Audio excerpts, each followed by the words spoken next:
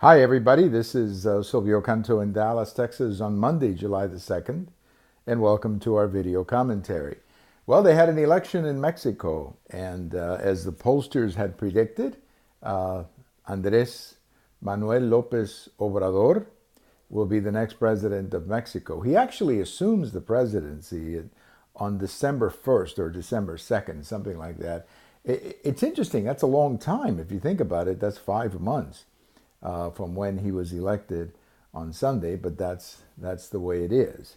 And again, the pollsters were exactly right. I mean, they called it pretty much on the money. The pollsters were right on the money. He would win by a large margin, and he did. It was a good day for him, and we congratulate the president-elect of Mexico.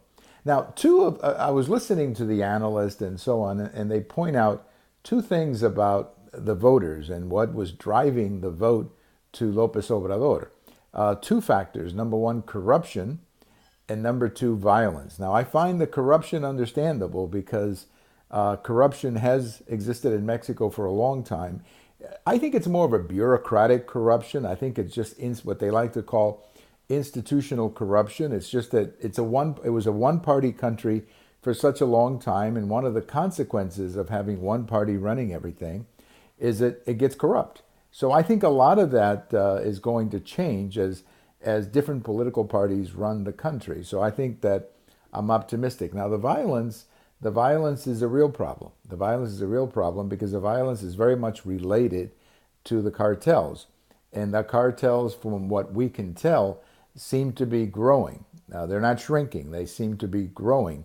And as we saw during the election, they were killing candidates who were running for office. I mean, it was actually a very bloody election if you take into account the number of candidates who were killed. None of the major presidential candidates had any problems with their safety, but a lot of the candidates for mayor and city council and even some state governments had to deal with the threat of assassination. Now, the other big question, of course, is what happens between President Trump and President-elect Lopez Obrador. Well, he's not taking over until December 1st, so between now and then, not much is going to happen because Mexico still has a President Peña Nieto to deal with.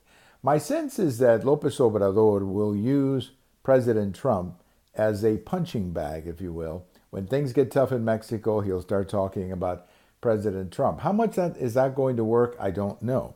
Mexico has two economic problems, I think. They've had it for a long time, but I think these two problems are once again facing a new president.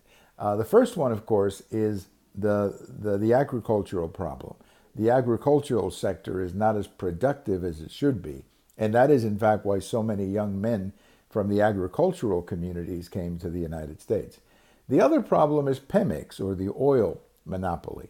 Pemex has been around for about 65 years, and maybe at first it made sense, but right now Pemex has become very corrupt.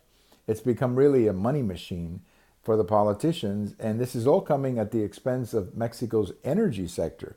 Mexico needs to explore more oil, it needs to build more refineries, and it's having a hard time doing that because Pemex is so burdened with things that have nothing to do with oil.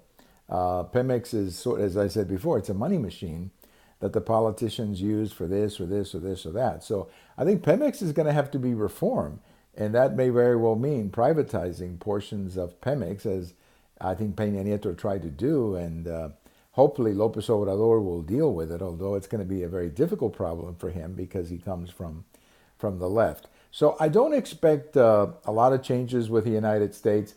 But I do expect a lot of disappointment with Lopez Obrador, not from people like me who would have voted for somebody else, but from the people who voted for him, because he ran a campaign of pure promises and telling a lot of people what they wanted to hear. And I think he's going to have a very hard time fulfilling those promises. Mexico's problems are very complicated and very structural. And unless you're willing to go in a sense, uproot clear the swamp, as they like to say here in the United States, or drain the swamp. Unless you're willing to do that, it's going to be very difficult to deal with the nation's structural problems, not just corruption, but the energy problem and the agricultural problem. So we wish the new president a lot of luck.